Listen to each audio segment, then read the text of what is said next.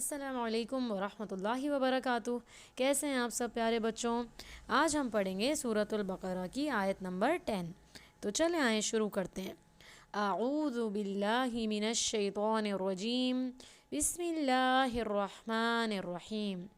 فی قلوبہم مرض، ان کے دلوں میں نفاق کا مرض ہے۔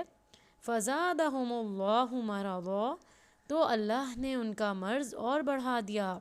وَلَهُمْ عَذَابٌ علیم، اور ان کے لیے دردناک عذاب ہے۔ بِمَا كَانُوا يَكْذِبُونَ، اس وجہ سے کہ وہ جھوٹ بولتے تھے۔ تو اللہ تعالیٰ کیا فرما رہے ہیں اس آیت کے اندر کہ جو کافر لوگ ہیں جو کہ مومن بنے رہتے ہیں، تو اس کیٹیگری کو اللہ تعالیٰ نے منافق کا نام دیا ہے کہ جو لوگ بظاہر مومنین بنے رہیں اور ان کے کام مومنوں والے نہ ہوں، ان کے کام مسلمانوں والے نہ ہوں، تو وہ کون ہیں؟ وہ منافق ہیں۔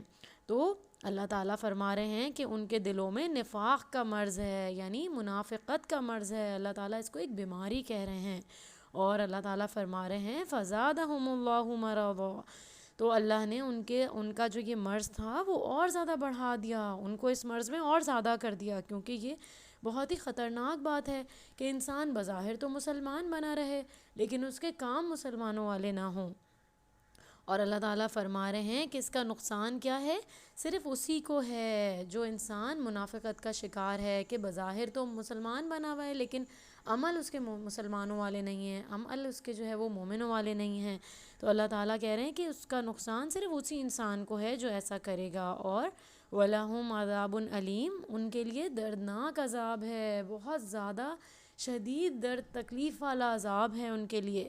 بِمَا كَانُوا يَكْذِبُونَ، کیوں ہے عذاب؟ اللہ تعالیٰ کو تو کسی کو عذاب دے کے کچھ نہیں کرنا، اللہ تعالیٰ تو بہت زیادہ رحمان و رحیم ہے، لیکن یہ لوگ اپنے ہی خلاف جاتے ہیں، اپنے ہی لیے نقصان دہ چیزیں سلیکٹ کرتے ہیں۔ تو اللہ تعالیٰ کہہ رہے ہیں کہ اس وجہ سے ہے ان کے لیے عذاب، کیونکہ وہ جھوٹ بولتے تھے۔ تو بہت بڑا ایک ریزن جو بتایا جا رہا ہے منافقت کا یہاں، وہ کیا ہے؟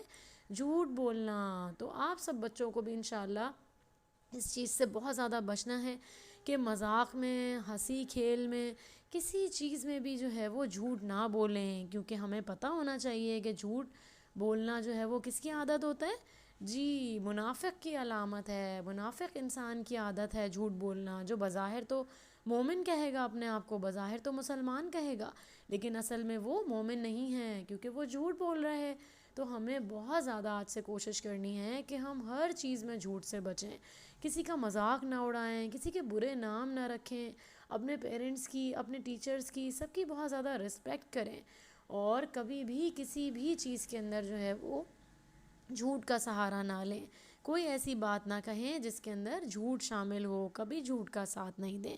تو انشاءاللہ آج سے آپ سب بچوں نے اس کی بہت زیادہ کوشش کرنی ہے، اور کوشش کے ساتھ ہر چیز کے لیے دعا بہت زیادہ کرنی ہے کہ اللہ سبحانہ وتعالی ہمیں اس مرض سے بچا لے، منافقت کے مرض سے بچا لے، اور اس بیماری سے بچا لے جو کہ جھوٹ بولنے کی بیماری ہے۔ اللہ تعالی ہم سب کا حامی و ناصر ہو۔ اگلے لیسن تک کے لیے اجازت دیجیے، اللہ حافظ۔